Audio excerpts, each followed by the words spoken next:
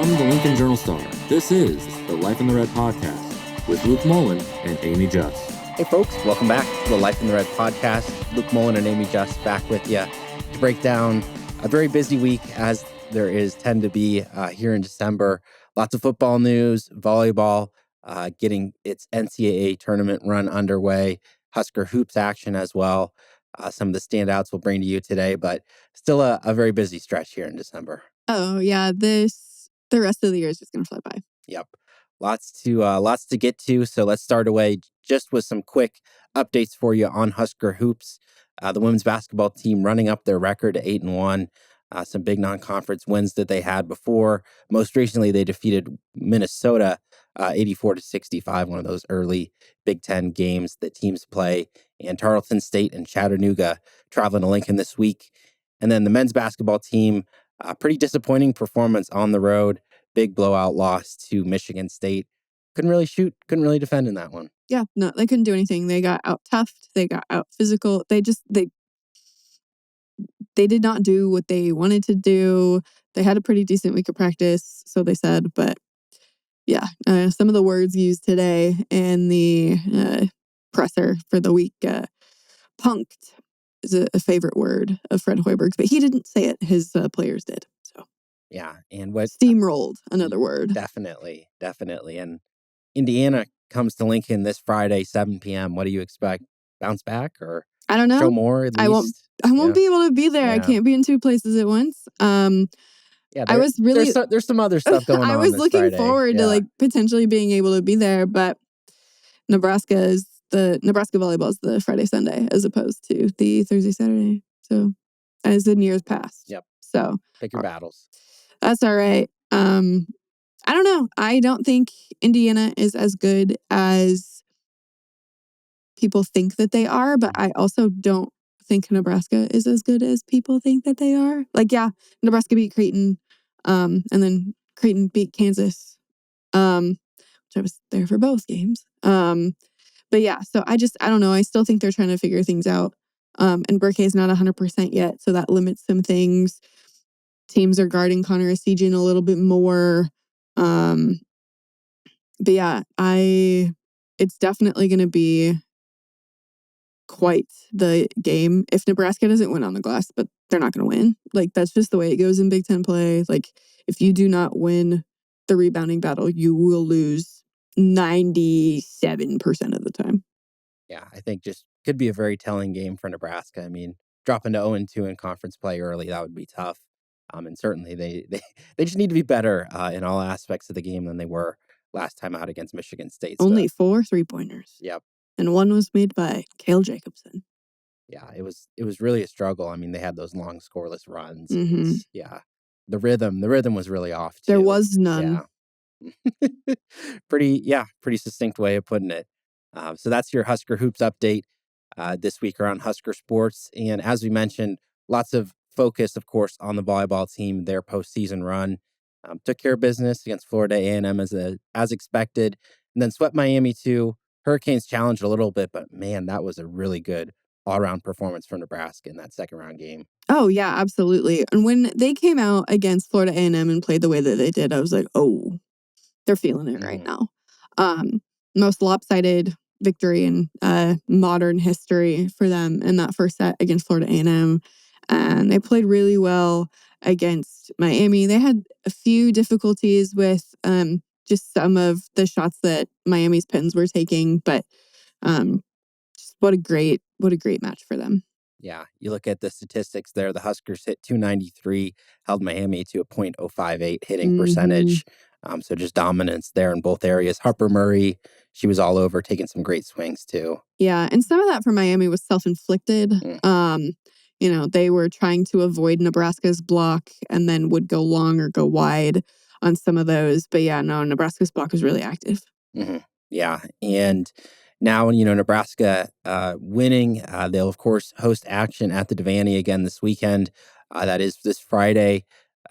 The action gets underway. The other matchup, Wisconsin against Texas A&M, that should be a really good one. And then Nebraska hosts Dayton as well. A really good doubleheader coming to Lincoln. Oh, my goodness. Yeah. If you guys are able to make it to Devaney for that first match, I highly suggest you do. It's going to be fun. It's very rare that you get to watch Wisconsin in person and not have it be the stressful match. The marquee event that everybody's talking about. You can actually like enjoy, maybe enjoy is not the right word, but like just take in what Wisconsin is doing and not feel super stressed about it. But yeah, I think that's going to be a really exciting match. And yes, it's against Texas A&M. As it sounds right now, Trev is not going to be making the trip. So don't keep your eyes peeled for him. Maybe he changes his mind. I'm not sure. But yeah, that on the court, though, that could be a really, really good match. And then Nebraska-Dayton. Just because you don't know anything about Dayton doesn't mean that they're bad, or just because they're like a mid-major doesn't mean that they're bad. Like, no, Dayton's really good. They're in the top 10 in both hitting percentage and defensive hitting percentage. Like, that game might be just like a defensive like masterclass and like how to slow the other high octane hitting team down. It's going to be really interesting. It might be extremely late because the first match is at 6. And if that goes the way I think it could go in extra sets, that means Nebraska could theoretically start at 9. So, drink your caffeine. Come caffeinated. Yeah, drink your caffeine. Yeah, because might be a long night. Yeah, definitely a really good Dayton team. They've won a lot of matches this year, done very well against their competition, and potentially setting up. Don't know which way, of course, that A&M Wisconsin match will break. Could be Nebraska Wisconsin Part 3. Again, everything up in the air. But that Elite 8 match that will be 2 p.m. This Sunday. Whoever wins and advances onto that, and lots of other good, some upsets there around the NCAA tournament. This opening round action. So let's just talk about all the other regionals, all the 1 seeds. They did advance, so they're still hosting the action. Over in Pittsburgh, they will play Oregon, Kentucky, Missouri, the other match over there. And then I really look at Louisville, Purdue, Stanford, Florida, those 2 matches there in Louisville. That region is tough. Yeah, loaded. And Louisville barely made it out of their second round game against Northern Iowa. Barely. Like, Northern Iowa had match point barely. So they need to refocus. Purdue is incredible. They could beat anybody on any given night. So Louisville's going to have to come prepared. And then Stanford, Florida, I think Stanford's going to take that, but it's going to be entertaining. Yeah, you'd see Stanford as one of those teams that really impressed some people in that opening round. And then the other regional as well, Penn State, they will play Marquette, and then Creighton and Texas also scoring off over there, that side of the bracket. I mean, that is a tough road to go through, whoever wins those ones as well. Yeah, of all of these matches, the one I am most interested in is Creighton, Texas. I think that could be very fun. Who are Nebraska fans gonna root for? Pick your poison, huh? Yeah, no kidding. I really want to see Creighton in the Final Four. They've got a really tough road, though, to be able to do it. So it would be hard to beat Texas. It would be hard to more than likely beat Penn State. But if any Creighton team could do it, it's this one. Yep. So we'll see. But yeah, I'm really looking at that Creighton, Texas match. Yeah, so much talent on that Texas roster as well. So that'll be a difficult one for Creighton. Yeah, I think I'm gonna say Purdue could get it done against Louisville, just based on certainly the evidence we have so far from this tournament. So yeah, that is your Nebraska volleyball update. And let's move on to football. Another busy week. Roster movement, coaches, bowl game. And let's start there with Nebraska finally determining and knowing where they're going to be headed for their bowl game. It will be December 28th in New York City for the Pinstripe Bowl, Nebraska, Boston College. How are we feeling about that? I know a lot of fans are mad. Yeah. It's not warm. It's not warm and it's expensive, but a bowl's a bowl. If you would have said before the season, Nebraska makes a bowl, you'd be happy. And so I don't understand moving the goalposts. You're mad about being in this one because it's expensive and it's cold. Well, Nebraska didn't win the games it needed to win to be in a better bowl game. So that's the situation that we're in. And if you don't want to be mad at Nebraska, I guess be mad at Michigan for beating Ohio State. Yep. And Michigan gets the reward of probably getting steamrolled by Alabama in their bowl game. Man, So, that's going to yeah. be, man. Yep. And the other thing about the bowl game selection, too, is like, well, if the Big Ten didn't get 4 teams into the playoff, I mean, Nebraska would have potentially been even further down on the pecking order there. Yeah, but So, that would have been like a better, yeah, air I guess it quotes, depends on where you want to go. destination for Yep. people. So, but yeah, this is Nebraska's first Northern bowl game, other than the bowl in San Francisco a few years ago, since 1962. Yep. And I also saw a lot of folks, I believe the rate bowl is Rutgers, Kansas State. People were like, well, why don't you send Rutgers, to the bowl game in the Northeast? Well, Rutgers had been in the Pinstripe Bowl. They didn't want to repeat that. So, I mean, that's another factor that goes into these decisions with the bowls. But yeah, I think for Nebraska, I think it's certainly a winnable matchup against a team that did play some very good football there late in the season. And I think one of the interesting stories here is Matt Rule and Bill O'Brien, two guys who were shaped by Penn State at different times. And Rule, he was out at Temple. Well, O'Brien was at Penn State. They were both in Texas at the same time. O'Brien with the Texans, Rule at Baylor. So they know each other, and clearly, we heard a little bit from them in a virtual press conference this week. They have a ton of respect for both of these programs, how they're run. Yeah, they had some fun little banter back and forth with one another in response to a question from Evan Bland. But yeah, I like the matchup. Like, some bowl matchups are weird. These two programs have never played each other. Like, randomly never played each other. So there's some history there.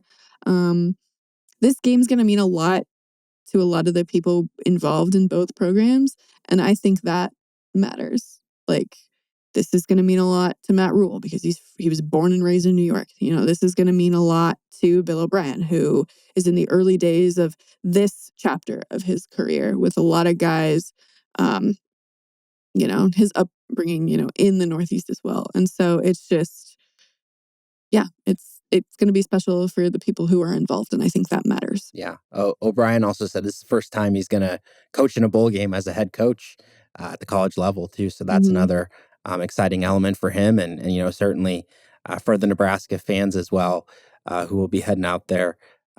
That's determined, able to figure out your expensive travel plans if you're trying to make it out there. That's certainly part of it. But another factor in this, too, John Butler, the Nebraska defensive coordinator, he coached under Bill O'Brien there at Penn State. He was briefly his defensive coordinator.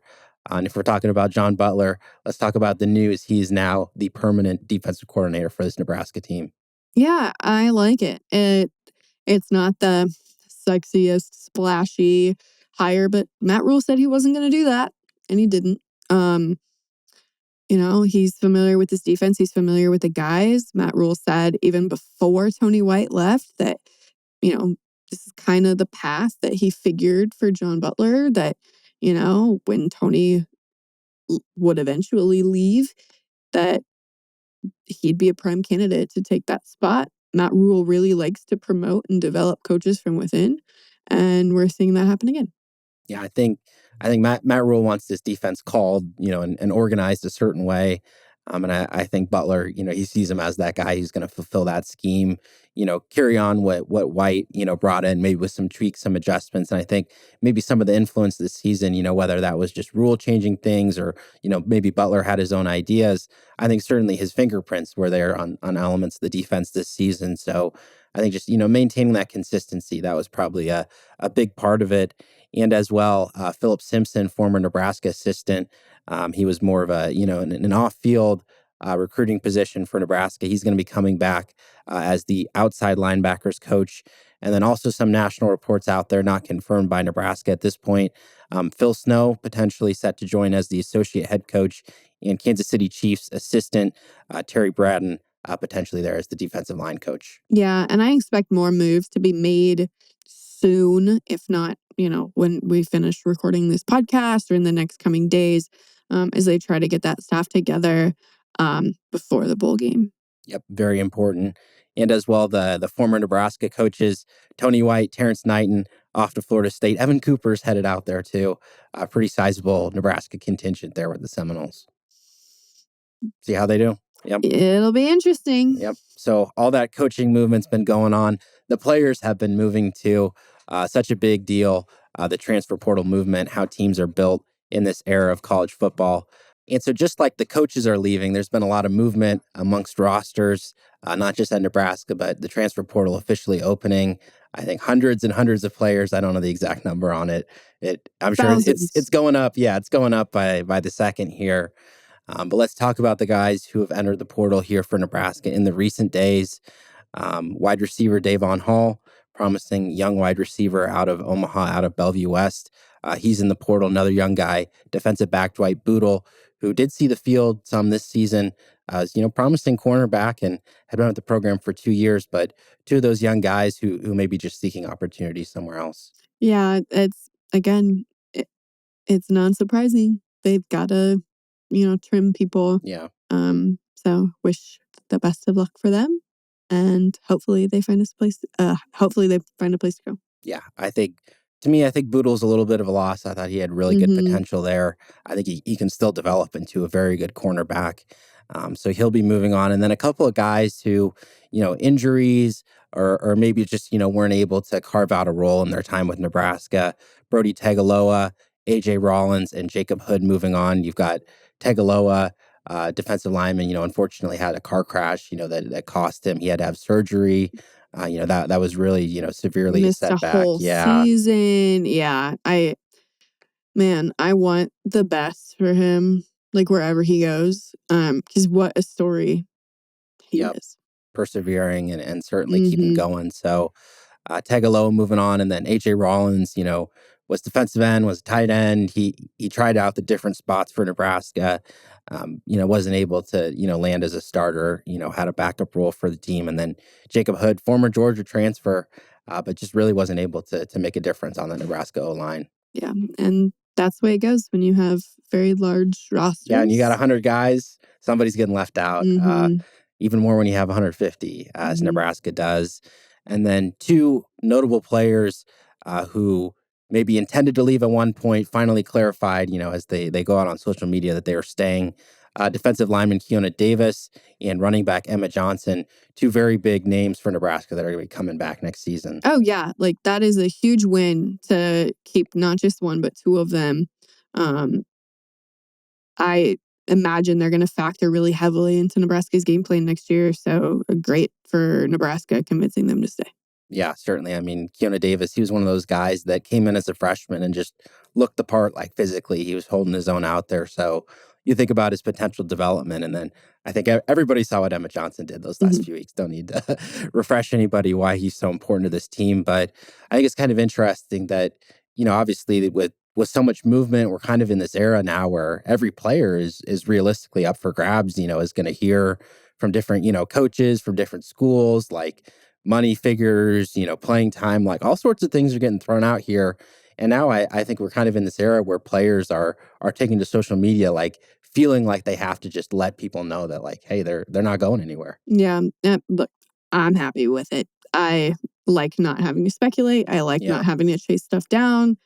Because what better source than somebody on that than the people themselves? Yeah, absolutely. But on the other hand, though, I also think it's like, man, that's so much pressure for these guys here. You think about like your recruitment and, it's like you get a couple years or like, a couple months. You never know. Everybody's process is different, to go to all your schools, find your relationships. Like the portal, it's like bang, bang, bang, like make these decisions.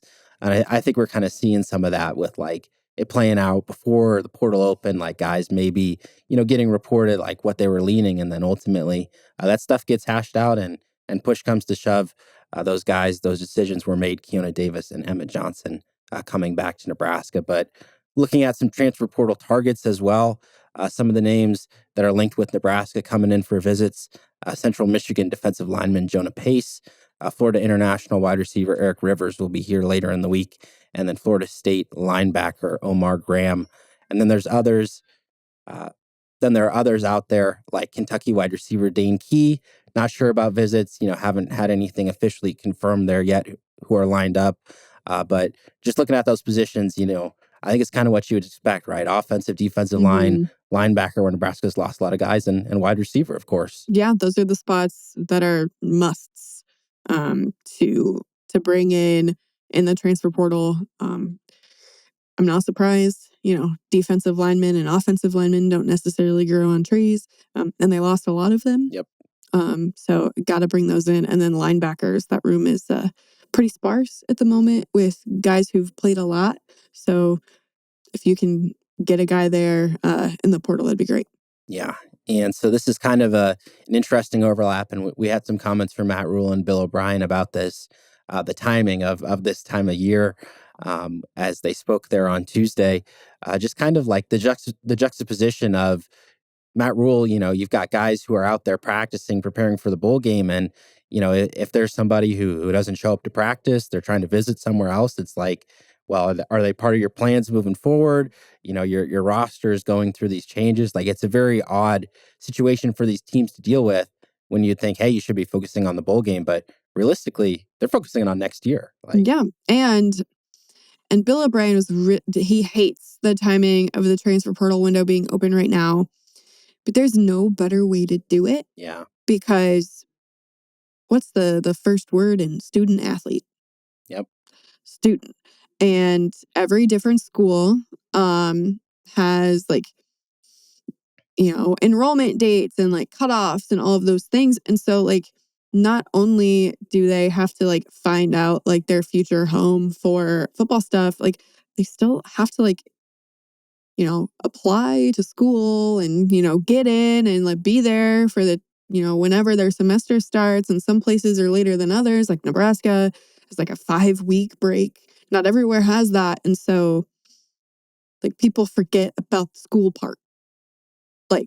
We can pretend all we want that it doesn't matter, but you gotta be enrolled in school to be able to play there. So that's there's no good way to do it. I will say they could be employees instead of students. Look, I agree with you, but as the system, it's another can of worms that we're opening up here. The system, as it stands right now, you have to have the transfer portal open right now because they got to be there for the spring semester. Yep. Yeah, as simple as that. So unfortunately, rational thinking. This is just the situation that they're dealing with. Again, maybe the NCAA will explore some options at figuring out what they can do to alleviate that. But this is what's going on right now. And of course, crazy is these guys are just preparing for a bowl game. What about the guys? What about the teams that make it to the national championship, which is on the 20th of January? Yep. Well, here's the thing too. It's right. You think about if you're a contributor, you're a starter. I mean, you're not going to leave. But what if you're a rotational backup player on a team that's in the playoffs? You're thinking, what are you going to do that's best for yourself for next year? Do you leave? Do you stay? That is a tough summer decision. Transfer. Yeah. I don't think we see as many of those moving forward, but maybe. Yeah, you never know. So really tough decisions to be made. And as you bring up the college football playoff, let's briefly talk about that. 4 Big Ten teams in the field, 2 of them that Nebraska played this season, Oregon, Penn State, Ohio State, and Indiana, of course, the Big Four, who led the conference all year. And if you remember from Big Ten media days, Paul Feinbaum, he threw a fit when Matt Rule said the Big Ten should get 4 teams in the playoff. So worth noting. Who's laughing now? Yeah, well, the SEC had a rough year. Yeah, some fits were thrown about Alabama being left out, but really, they didn't deserve to be in the playoff. I'm tired of that argument. Alabama did not deserve to be in the playoff, and I'm tired about the argument that, oh well, maybe we just won't schedule hard non-conference teams. You didn't schedule anybody hard. You played Wisconsin. Wisconsin was bad this year. Oh, you're gonna, schedule Mercer twice? What are we doing here? They lost to Vanderbilt in Oklahoma. Yes, you lost to 2 historically. Oh, Oklahoma's not historically bad, but Oklahoma had a really down year this year, and you lost to Vanderbilt, a team that you've never lost to by double digits. Like, stop complaining. You lost 3 conference games. This isn't on your non-conference schedule. This isn't on, oh, well, woe is us. You're bad. Deal with it. It makes me so angry. Yeah.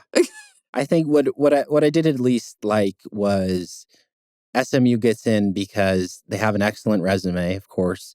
Lost in the conference title game because you don't want that situation where it's like if you're playing a conference championship game and you lose, you get knocked out of the playoff. This is what people were saying. You should opt out of the game then. Yes, if that's going to be the case. If SMU is left out of the playoff, that would have had incredible dominoes. Yeah. Like, that could have been the end of the championship game as we know it, because teams aren't going to want to play because, oh, well, what if we lose? Then we're not going to, no, like, absolutely not. That just, I don't think the college football playoff wanted to open that can of worms. Yep. It would have been something if there was like another good team that only had 2 losses that, was having issues. And then, Clemson won that game, which, left Alabama on the outside looking in, but they didn't deserve to be in there anyway. Yep. And do I think the SEC is a tougher conference? Yeah, I do. But you got to win the games. Like, stop complaining. Yep, I agree. I think certainly I think the committee really got it right for certainly in that decision. You could argue seating or whatever, but yeah, I don't think we'll see the same seating protocol moving forward. It's a little weird. I like the intent, but maybe it's not the best in practice. Yep, I agree as well. And rolling down the list of football news, former Nebraska head coach in the headlines, Scott Frost. He has been hired again at Central Florida, the program he coached at prior to leaving for Nebraska. Had some comments there in his opening press conference introduction there. Reintroductory. Yes, reintroduction. And certainly he was excited for the opportunity, and Central Florida, they're both excited to bring back a coach who was successful, and also look forward to their future there in the Big 12. But I think really the standout that people could take away from that is Frost. He sounded like he was pretty broken up about what happened at Nebraska, and he was pretty, I think, regretful about his decision to leave Central Florida in the first place. I don't think he'll ever say he regrets it, because he got to spend more time with his dad than he would have if he stayed at UCF. So I don't think he'll ever say that he regrets it, but maybe it's a decision that he would have thought about differently, knowing what would happen. Maybe he wonders what if. Yeah, a big what if there. If he had stayed, what that would have meant for the program, and keeping it on that upward trajectory. But I don't think he's ever going to say he regrets it, because I don't think he does. I think he may not have liked the way that things gone, but he was just so close with his dad that I don't think he'll ever regret it, because he got several more years with his dad. Yeah, and something else that I find interesting is, of course, he never said Nebraska. He did not. He was very careful not to say Nebraska, and I think part of that's right. You don't want to talk about how you failed at your last job as you're introduced to your new job, to lead this place into the future. But I don't know, from part of what he said, it honestly felt to me a little bit like, did you learn your lesson a little bit? Like, he was saying some of the same stuff he said at Nebraska, about doing the little things right and, being a fundamental team. And it's like, well, you didn't really implement that in your last stop. And obviously you can just pick quotes out of context. He said, I'm the same guy. I'm just a little, wiser, which, sure. If you're wiser, if you really learned your lesson, that's good. But I don't know. I think certainly, he can implement a lot of the same, success that he had at Central Florida last time, but he's really got to show some big improvements from his time at Nebraska if he wants to have a continued career as a head coach there. Yep, I agree. He came back here and complicated his legacy. Does he go back there and complicate it again? I don't know. I hope not. I want him to succeed. I really do. When you go back to a place you've been that you left on good terms, like, what if it doesn't go well? Is the sequel's often not as good as the original. Except for Home Alone 2. Home Alone 2 is great. You watched it recently? Time of year? I will. Yep. And hopefully we don't get lost in New York. Yes, that's right.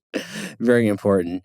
And a final piece of news to share with you, break down here today. Nebraska getting its 2025 schedule finalized. Already knew the matchups, just knowing when they're going to be played.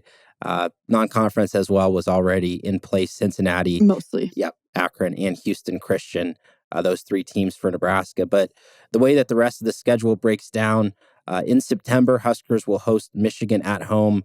And it's pretty much a simple one, the bye there to end the month after that non-conference slate. So potentially not too much going on there until October in terms of road games, because Nebraska as well hosts Michigan State before they go to Maryland, to Minnesota, and host Northwestern there at home there in October. And certainly it's too early to really project out these teams because, again, transfers, so much is going to change how these teams are going to break down. But you look at that and certainly you think, man, you could have another pretty successful start to the year, that schedule shaping up. Yeah, I agree. Of the 6 Big Ten teams that did not make a bowl game this year, Nebraska plays 4 of them next year. And of the 4 teams that made the college football playoff, Nebraska only plays 1 of them. Yeah, so that does work out in their favor. And then the November slate as well, Nebraska will host USC, go to UCLA, November bye, and then at Penn State, Iowa at home to finish the year. So it's gonna be another tough November in all likelihood. 'Tis the season. Nebraska, in every Big Ten matchup against Penn State, has played them in November. So that slot was not surprising to me. Yeah, that feels like it has ugly weather in Happy Valley. Make it a whiteout. Yeah. Make it a whiteout. Do it. Nebraska might have to be good to deem whiteout status. Well, it's Matt Rule's homecoming. Make it a whiteout. Yep. A lot of big storylines there will certainly be there around that game. So yes, those matchups they're finalized. And as well, we expect lots more news to come out. Players, again, making their decisions here in the coming days. Nebraska practicing for its bowl. We'll hear more from Matt Rule this week and the players. And we'll have all those updates for you, as always, at journalstar.com. That'll do it for today's episode of the Life in the Red podcast. We'll see you again next week. Thank you for listening to this week's Life in the Red podcast. Our theme music is composed by Sasha Indy. The stories continue on journalstar.com.